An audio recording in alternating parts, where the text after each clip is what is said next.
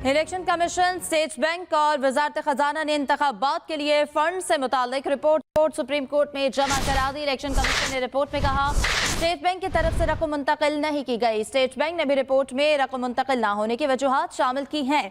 State bank की जानिब से रिपोर्ट रजिस्ट्रार ऑफिस में जमा कराई गई है। वजारत खजाना के हुक्काम ने अटॉर्नी जनरल ऑफिस के जरिए रिपोर्ट जमा कराई है। स्टेट बैंक ने भी रिपोर्ट में रकम मुंतकिल ना होने की वजूहात शामिल की हैं। स्टेट बैंक की जानिब से रिपोर्ट रजिस्ट्रार ऑफिस में जमा कराई गई है। रिपोर्ट में वफाकी काबीना के फैसले और पार्लियामान को मामला भिजवाने की तफसीलात शामिल हैं। रिपोर्ट में अदालती हुक्म पर स्टेट बैंक को फराहम करदा मुआवनत की तफसीलात भी शामिल है। वजारत खजाना ने रिपोर्ट में फंड्स मुंतकिली पर कानूनी पहलुओं को भी उजागर किया है। सुप्रीम कोर्ट ने रकम मुंतकिल करने के हुक्म पर अमल दरामद से मुतालिक रिपोर्ट आज तलब की थी।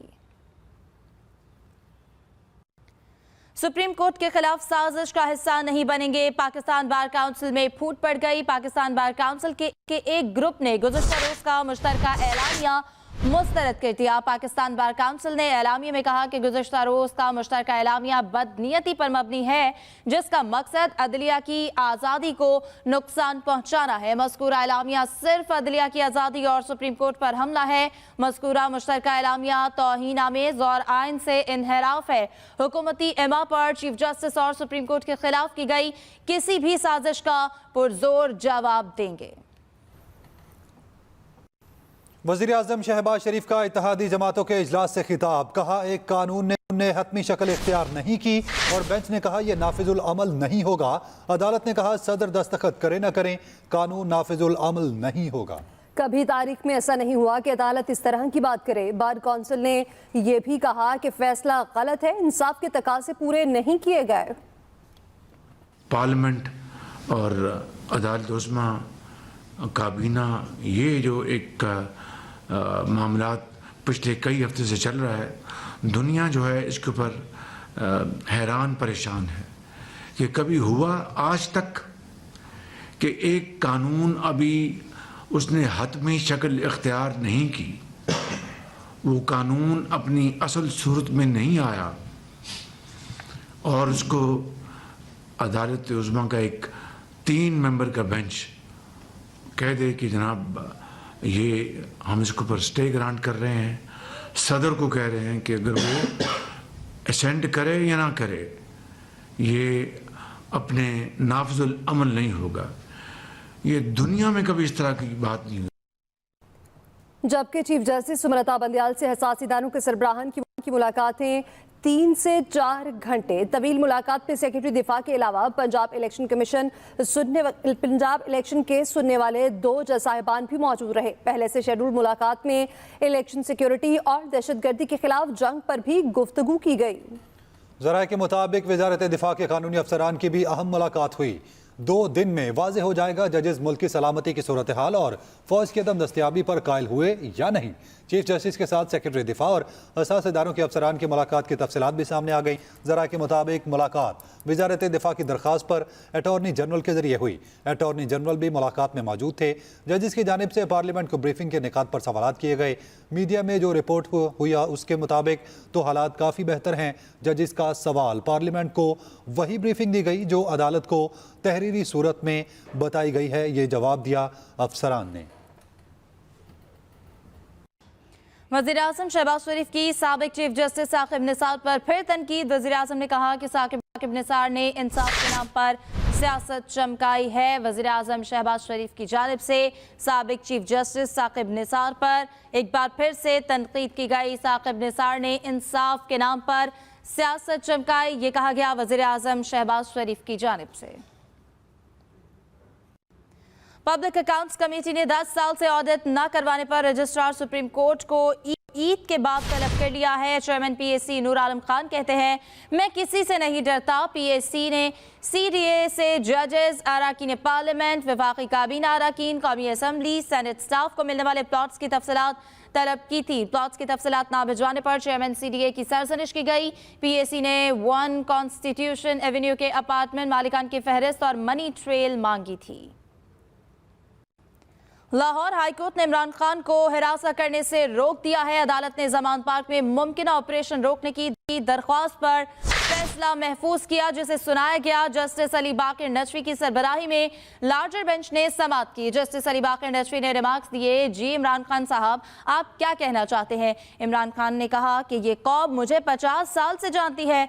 जस्टिस अली बाकर नजवी ने रिमार्क्स दिए। खान साहब, आपकी ये बातें हम बहुत बार सुन चुके हैं। हम चाहते हैं कोई नई बात करें, कौम को मुस्तकबिल का प्लान दें। तहरीक इंसाफ के मरकजी सदर चौधरी परवेज इलाही का कहना है कि सुप्रीम कोर्ट के हुक्म पर इलेक्शन कमीशन को मुख्तस रकम देना होगी। चौधरी परवेज इलाही से साबिक वफाकी वज़ीर चौधरी वजाहत हुसैन, ब्रिगेडियर एजाज शाह, साबिक वज़रा चौधरी ज़हीरुद्दीन और बाऊ रिजवान समेत दीगर ने मुलाकात की। गुफ्तगू में चौधरी परवेज इलाही का कहना था कि जमहूरियत के इस्तेहकाम और तहफ़्फ़ुज़ के लिए सबको आइन और कानून पर अमल करना होगा। मुफ्त आटा फराहमी मुल्की तारीख का सबसे बड़ा स्कैंडल साबित होगा। निगरान दौर में गंदम, आटा, चीनी और खाद की स्मगलिंग बढ़ गई है। शहबाज शरीफ तौहीन अदालत के मुर्तकिब हो चुके, अब सिर्फ फैसले का इंतजार है। बात करेंगे शदीद तूफान और आसमानी बिजली की वजह से तुरखम में लैंडस्लाइडिंग। तुरखम स्पोक रोड पर पहाड़ी तौदा गिरने से 20 से ज्यादा कार्गो गाड़ियां और कंटेनर्स मलबे तले दब चुके हैं। आर्मी की रेस्क्यू टीमों का बर्क रफ्तार रेस्क्यू ऑपरेशन जारी है। 2 लाशें और 5 जख्मियों को निकाल लिया गया। आर्मी इंजीनियर्स के मुताबिक डंपर्स, डोजर्स और दीगर आलात और मशीनरी मुतासरा इलाके में पहुंच गए हैं। पाक आर्मी की अर्बन सर्च एंड रेस्क्यू टीमों ने अपने मखसूस सर्च कैमरों, रेस्क्यू रेडार, जबकि कटर्स और लाइफ लोकेटर्स से इमदादी सरगर्मियों का आगाज कर दिया है। शदीद तूफान और आसमानी बिजली की वजह से तोरखम में लैंडस्लाइडिंग। हुकूमत ने मजीद $3 अरब फाइनेंसिंग का प्लान IMF से शेयर किया। वजारत खजाना हुकाम के मुताबिक आलमी बैंक, एशियाई इंफ्रास्ट्रक्चर बैंक समेत कमर्शियल बैंकों से फंड्स मिलने का इम्कान है। और राइज टू प्रोग्राम के तहत $45 करोड़ की फंडिंग मिलने का इम्कान है। जेनेवा डोनर्स कॉन्फ्रेंस से मुतवक्के फंड्स का प्लान भी IMF को फराहम कर दिया गया। वजारत खजाना ने IMF से पहले स्टाफ लेवल मुआहदा करने का मुतालबा किया है। ज़राए का कहना है कि स्टाफ सतह के मुआहदे के बाद फाइनेंसिंग का इंतजाम आसान हो जाएगा। Convener MQM Pakistan doctor Khalid मकबूल सिद्दीकी का कहना है कि एक फार्मूले के तहत मरदमशुमारी में हमेशा कराची को पीछे धकेला गया। अब कराची इस बात का मुस्तहिक नहीं हो सकता कि उसको पीछे रखा जाए।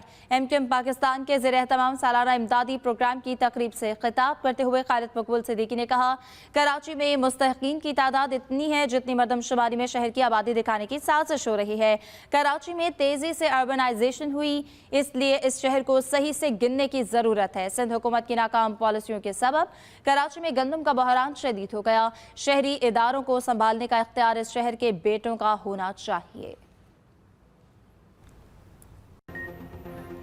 Welcome back. ब्रेक के बाद अहम खबर दें। हुकूमती इत्तेहादियों का इजलास तहरीक इंसाफ से मुज़ाकरात पर इत्तफाक़ राय के बगैर खत्म हो गया है। अहम खबर, हुकूमती इत्तेहादियों का इजलास तहरीक इंसाफ से मुज़ाकरात के बगैर ही खत्म हो गया है। इस हवाले से तफसीलात क्या हैं? खालिद महमूद हमारे साथ मौजूद हैं, उनसे अपडेट्स ले लेते हैं। जी बताइएगा।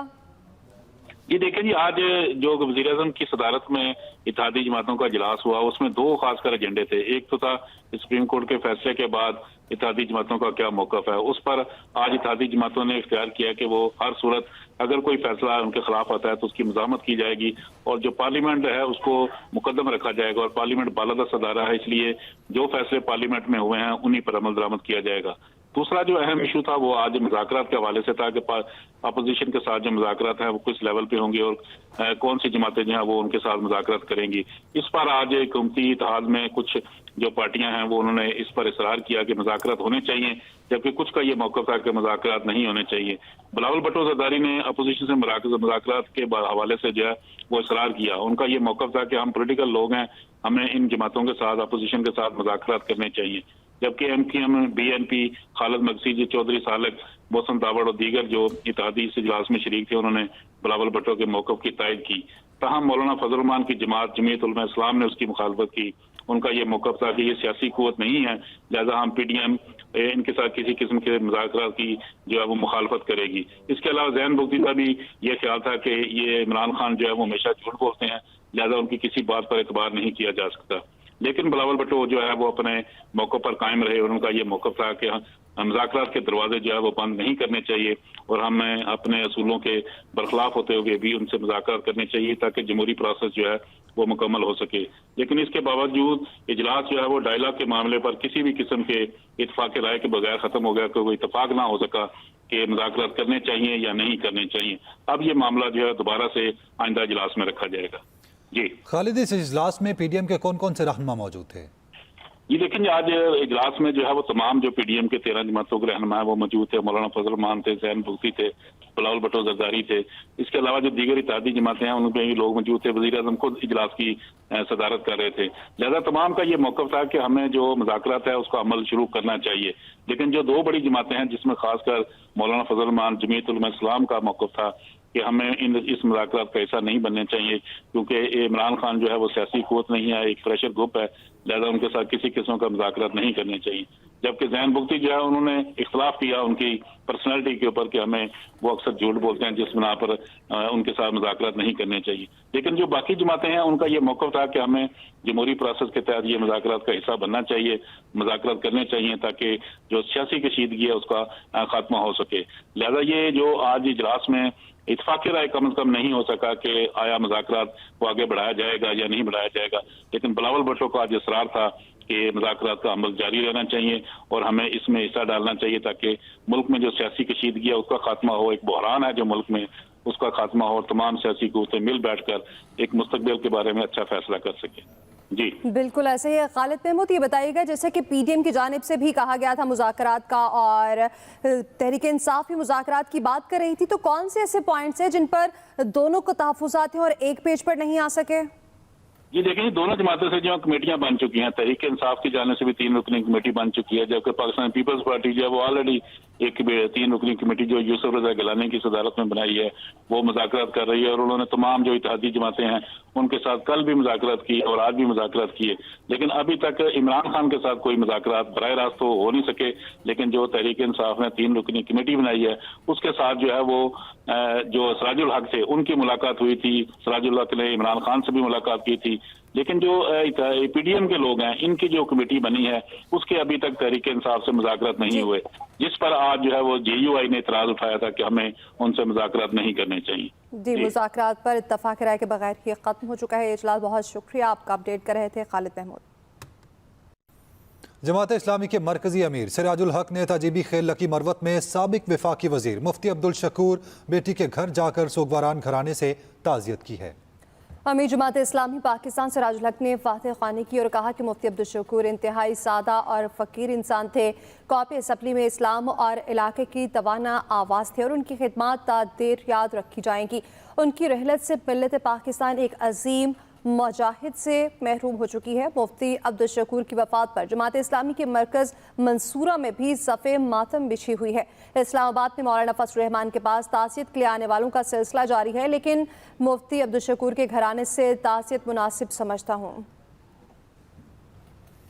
इस्लामाबाद, रावलपिंडी समेत मुल्क के बेशतर इलाकों में बारिश से मौसम खुशगवार हो गया है। जुड़वां शहरों समेत मरी, गिलियात, आज़ाद कश्मीर के मुख्तलिफ इलाकों में सुबह से वक्फे से बारिश का सिलसिला जारी है। आज़ाद कश्मीर की वादी लीपा के बाला इलाकों में शदीद बारिश के बायस नदी नालों के पानी के बहाव में भी इजाफा हो गया है। मुख्तलिफ शाहराहों पर लैंडस्लाइडिंग का भी खतरा है। इस्लामाबाद, खैबर पख्तूनख्वा, कश्मीर, गिलगित बल्तिस्तान, बलाई, वस्ती पंजाब और वस्ती बलूचिस्तान में तेज हवाओं और गरज चमक के साथ बारिश का इम्कान है।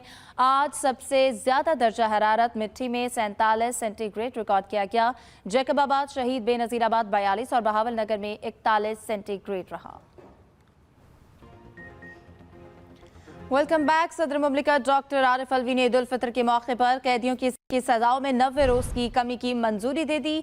एलामिया के मुताबिक सजाओं में कमी का इत्तलाक 65 साल से जायद उम्र के मर्द कैदियों और 60 साल से जायद उम्र की खवातीन कैदियों पर होगा जो 1/3 कैद काट चुकी है। सजाओं में कमी का इत्तलाक कत्ल, जासूसी, रियासत मुखालिफ सरगर्मियों और दहशतगर्दी समेत संगीन नौयत के जराइम में सजा याफ्ता कैदियों पर नहीं होगा। सजाओं में कमी का इत्तलाक जिना, चोरी, डकैती, अगवा, माली जराइम और कौमी खजाने को नुकसान पहुंचाने वाले मुजरिमों पर भी नहीं होगा। सदर मुमलिकत ने सजाओं में कमी की मंजूरी आइन के आर्टिकल 45 के तहत दी है। आपको बताएं कि सदर मुमलिकत आरिफ अलवी ने ईद उल फितर के मौके पर कैदियों की सजाओं में 90 रोज की कमी की मंजूरी दे दी है। उधर हथनी की बीमारी से चिड़ियाघर की रौनकें फीकी पड़ गई हैं। नूरजहां छठे रोज भी उठ न सकी। बीमार हथनी को चिड़ियाघर के मसनूई आरसी इंतहाई निगहदाश्त वार्ड में रखा गया है। हर 7 से 8 घंटे बाद क्रेन की मदद से नूरजहान की पोजीशन तब्दील की जाती है, जबकि डायरेक्टर चिड़ियाघर कहते हैं इसके इलाज की सेहतियाबी बर्दाश्त करने के लिए ज़रूरी है कि कुव्वत मदाफ़त की सतह बढ़ाई जाए। एडमिनिस्ट्रेटर कराची ने दावा किया है कि फोरपास माहिरीन की हिदायत पर अमल करने से गुज़िश्ता दिनों की निस्बत हथनी की कुव्वत मदाफ़त में इजाफा हुआ है। उधर चिड़ियाघर इंतज़ामिया बीमार हथनी की सेहत के हवाले से फोरपास से मुसलसल राब्ते में है। तवक्को है कि चंद रोज़ में बैनुल अक़वामी टीम पाकिस्तान पहुँच जाएगी। पाकिस्तान रेलवे की तरफ से ईद पर स्पेशल ट्रेनें चला दी गईं। टिकट्स की बुकिंग के लिए भी लंबी कतारें लगी रहीं। ईद उल फितर अपने प्यारों के साथ मनाने के लिए लोगों के घरों की वापसी का सिलसिला जारी है, जिसकी वजह से लाहौर रेलवे स्टेशन पर रश बढ़ चुका है। 3 ट्रेनें ईद से पहले और 2 बाद में चलाई जाएंगी। पहले रोज कराची से पेशावर और कोयटा से रावलपिंडी ट्रेनें चलाई जा रही हैं। प्लेटफॉर्म पर मुसाफिरों का बहुत ज्यादा रश है, बल्कि टिकटों के लिए भी शहरियों को मुश्किलात का सामना है। मुसाफिरों की तलाशी के बाद रेलवे स्टेशन जाने की इजाजत दी जा रही है। मुल्क भर की तरह कोयटा से भी स्पेशल ट्रेन रवाना हो गई है। 11 बोगियों पर मुश्तमिल ट्रेन को सख्त सिक्योरिटी में रवाना किया गया है। तफसीलात बताएंगे मोहम्मद नुमान अफसल। कोयटा से 11 बोगियों पर मुश्तमिल ईद स्पेशल ट्रेन 850 मुसाफिरों को लेकर पेशावर रवाना। स्पेशल ईद ट्रेन सिब्बी, सक्कर और लाहौर से होते हुए पेशावर पहुंचेगी। रवानगी के मौके पर मुसाफिर बेहद खुश नजर आए। जी हम बड़े एक्साइटेड हैं, जो है बहुत अरसे के बाद जो है ट्रेनों का बहाली जो है बहुत अच्छा इकदाम है, और स्पेशली जो है ईद स्पेशल ट्रेन जो है ना ये पैसेंजर्स के लिए बहुत अच्छा है। ईद पे स्पेशल ट्रेन चला रहे हैं, हम लोग बहुत खुश है। बाकी जो ट्रांसपोर्ट बाकी कोच वगैरह उसके प्राइस भी बहुत ज़्यादा है, टिकटें इसकी टिकटें भी नॉर्मल है और सफ़र भी आरामदेह है। स्पेशल ट्रेन की सिक्योरिटी के सख्त इंतजाम किए गए। मुसाफिरों की चेकिंग के साथ साथ वॉक थ्रू गेट से भी गुजारा गया। SP रेलवे वजीर खान का कहना है मुसाफिरों की सिक्योरिटी के लिए हमारे जवान कोयटा से जैकमाबाद तक साथ सफर करेंगे। इस दफा जो हमें स्पेशल ट्रेन मिली है, शुक्र अल्हम्दुलिल्लाह। मेरी तो सिक्योरिटी के लिहाज मैं अर्ज करना चाहता हूँ कि मुझे दूसरी ट्रेनें भी चलाएं तो मैं उनको सिक्योरिटी मैं दे सकता हूं। दूसरी तरफ मुसाफिरों ने ईद स्पेशल ट्रेन चलाने पर रेलवे हुकाम का शुक्रिया अदा किया। Mohammad Numan Afzal, express news, Quetta. इसके साथ ही न्यूज स्टूडियो से फिल वक्त इतना ही। मजीद खबरों और अपडेट्स के लिए आप विजिट कर सकते हैं express.pk। आप हमें ट्विटर और फेसबुक पर भी फॉलो कर सकते हैं। देखते रहिए एक्सप्रेस न्यूज।